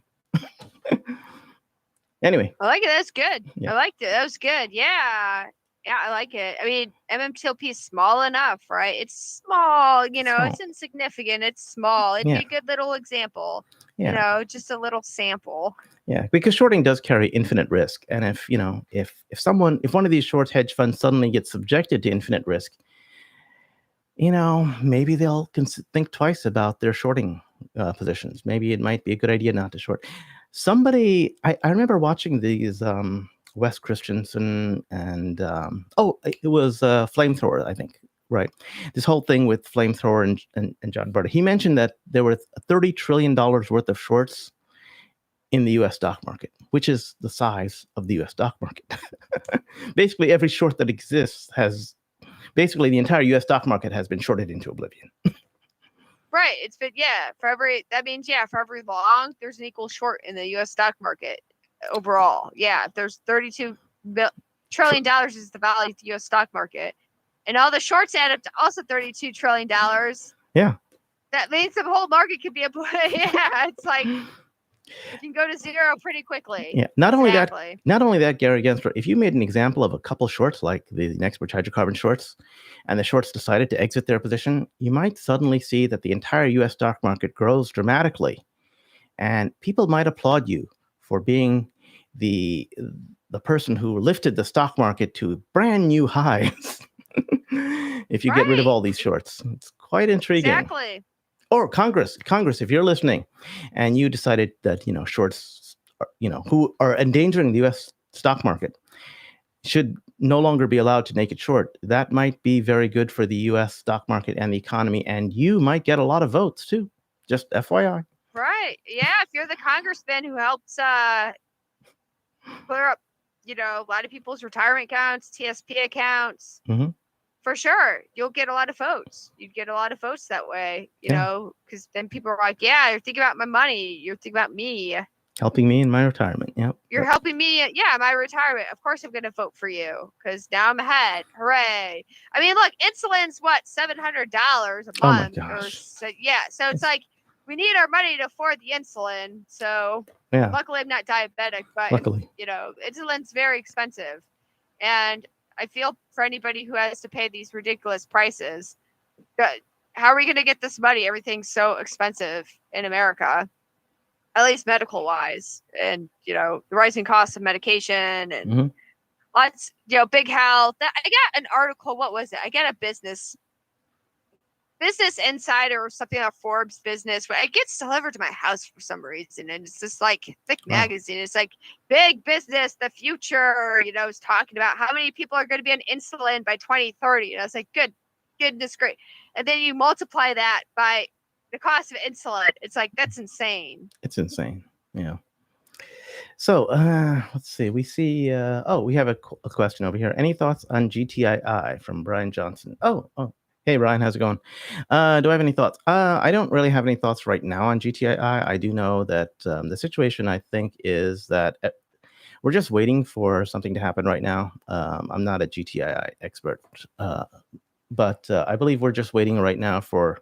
There's a bunch of catalysts that are all ready to go, and I would recommend checking out. What is it? Ace in the Hole, or William P. Ferrand. I have not checked him out yet, but they're usually the experts on that. Next, let's see. Smoking new video on MMAT. Still exciting stuff going on, but it's probably at least a couple years away. Sandcar. Could be. I don't know. I personally haven't been keeping track of MMAT too much because, in my personal opinion, I think MMAT has a large potential upside, but that upside is based upon MMTLP / Next Bridge Hydrocarbons. We're basically the same shareholders. Shorts cannot attack Next Bridge Hydrocarbons right now because it's it's halted. There's no way to trade the stock. If you're a short, you can't attack Next Bridge Hydrocarbons. It's just not possible. But you can attack MMAT, and if it's the same shareholder, you can put stress and pressure on the shareholder. So I believe that all of the shorting that's happening on MMAT is to put stress and pressure on MMTLP shareholders, Torchlight shareholders as well too. So all of this is interrelated, right? So I think that once the Next Bridge Hydrocarbons thing plays out and those shorts get blown out, of course, MMAT will see a large amount of money go into MMAT, and then MMAT prices could rise significantly, right? So all of these things are predicated by each other right now. That's my personal opinion. Any comments, Roller Pigeons, or not? Hold on. Sorry, my work's bugging me right now. Sorry about that. No problem. I'll just go to the next. I'll just go to the next one. Sure. Yeah. So Fee rhymes with AMC, says selling shares you own brings the price down so the average people can buy. Yeah, that's true. You want to dump stock price, you got to own it before you can dump it. That would be a good thing to do. I think that would be an excellent way to resolve the situation with short selling. Yeah, I mean, instead of borrowing shares that you don't have, why don't you just buy up a bunch of, if you want to be a market maker and you want to short, right, and you want to make money by trading back and forth, why don't you just buy a bunch of shares, right? So the reason I say this is I know a guy who a long time ago he bought Bitcoin when it was cheap, and he held on to Bitcoin. And later on in life, he decided to be a market maker for Bitcoin. Basically, he would sell as the price was going up, and he would buy as the price was going down. And he made his money through the Brownian motion movement of Bitcoin that way. But in general, he kept a core position, so he would never sold more than a particular amount, and he never bought more than a particular amount, etc. Because he had enough, right? He had enough Bitcoin itself, and he made a certain percentage on that, right? So that's the way that particular guy I know, who became a market maker in Bitcoin, did his market making. In the stock market, you can say that you have a lot of cash and declare market maker status. And once you have market maker status, that will allow you to naked short, which means you get to sell shares that you don't own prior to borrowing them. You just sell them with the hope that you could buy them back later. But there is a risk that you take as a market maker in that sense, because you're naked shorting. And so market makers make money based upon Brownian motion of stocks. As long as the stock goes up and down and up and down and up and down, the market maker can sell as the price goes up and buy as the price goes down. As long as it keeps doing this, the market maker is very happy, right? Once the price of the stock goes directional in one direction, the market maker is blown out, because then if he sold shares, he's got to buy them back at a higher price, and he loses, right? If the price goes down significantly as a market maker, and he's bought shares as people are selling, he's lost money because it's gone directionally, right? So market makers only make money on Brownian motion, but in this case, what happened with Torchlight is that the price was like this, and then went like this. The market maker got trapped. He didn't want to necessarily exit his position at a higher price, so he held on. When Torchlight merged with MetaMaterials, what happened was that the Series A preferred shares came out, and there was more than one market maker that was trapped in that scenario. So those two market makers got together, and they said, "Hey, let's swap shares. Let's swap things that we owe each other." And they got the Series A preferred shares trading under the stock symbol MMTLP. FINRA said, "Hey, that's okay. We think whatever you do is okay because we don't give a flying F." And as a result, that's how MMTLP became trading, right? Because of a directional trade. But once word got out, so these market makers basically wanted to buy shares of the Series A preferred shares. Once word got out that they wanted to buy shares, of course, everyone else, people like me, came in and said, "Hey, I'd like to buy some shares too, because you're trapped, you're underwater, and I can see that." So I bought a bunch. In fact, I bought as much as I could, and as I got my next paycheck, I bought some more, and I bought some more, and I bought some more. That's just the way things are. So those market makers were trapped, and they were trapped in their directional movement. So there we go. That's my take on it. Okay. Supreme Judge says the bigger problem is the dark pools. They should not be able to buy shares on the dark pools and then dump them on a public exchange. The public exchange should see both the buying and selling pressure. Yeah, in general, I agree. Yeah. There is a potential use for dark pools, but it involves a particular use case, right? Let's say that you are a very, very big player and you have a lot of money, and your buys could actually significantly affect the price. And let's say that someone who has also a large amount of shares, and their sales could potentially affect the price. If those two agree that they want to trade shares, that can trade on something called the dark pool. And so they can swap their position without affecting the price. That would be a good thing, right? That's one possible use of a dark pool. However, using dark pools to try to avoid price discovery that would be a bad thing, right? The reason I mentioned that one particular case of dark pools is that there was this guy who was overseeing a large amount of Bitcoin that was found in something called the Mt. Gox fiasco debacle. Anyway, they found a bunch of Bitcoin, and this one Japanese guy was put in charge of the Bitcoin, and when the price of Bitcoin went to at one point $20,000 per Bitcoin, he dumped a whole bunch of them all at once and plummeted the price of Bitcoin down to, I think, about 16,000 or something like that at that time. But that was enough to cause the price to keep going down over the course of several years, down to about 4,000, at which point a lot of people bought and said, "Hey, 4,000 seems to be a steal for Bitcoin." And about 6 months to a year after that, the price of Bitcoin immediately went up to, of course, 47,000, 75,000, something like that. So so if that one guy who was in charge of the Mt. Gox, the Mt. Gox Bitcoins was able to sell through a dark pool, he would not have caused the crashing of the Bitcoin price. But at the same time, a lot of people would not have been able to buy Bitcoin at $4,000, a Bitcoin. So there you go. Why is it a lot of people, fee rhymes with AMC says, why is it a lot of people close Robinhood and Webull accounts to go to Fidelity to direct route their trades during AMC and GME? Yeah. Oh, it is what? Okay. Hello. Okay, so fee rhymes with AMC says that is why a lot of people close their Robinhood and Webull accounts to go to Fidelity to direct route their trades during the AMC and GME. Yeah, AMC and GME are still going on right now. They are much, much bigger issues than MMTLP and Bridge Hydrocarbons. Personally, I think that those particular, the amount of naked short. What? Oh, okay. Daphne says something interesting. Cutainment. Oh, okay.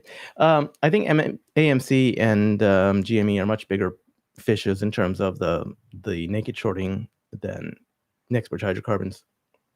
So I think that's a whole nother kettle of fish, right? That can cause market collapses potentially based upon how many short shares there are, and who knows what's going on with that. Certainly, I have long positions in both, but personally, I felt I bought those long positions as a insurance policy, and I don't recommend anyone buy stocks or whatever.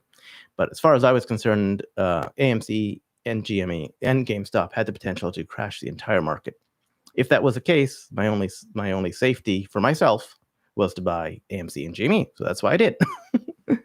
So that was me. Anyway. How are you doing, Roller Pigeons? Looks like I'm all right. Yeah. Oh, sorry. That's my reading phase.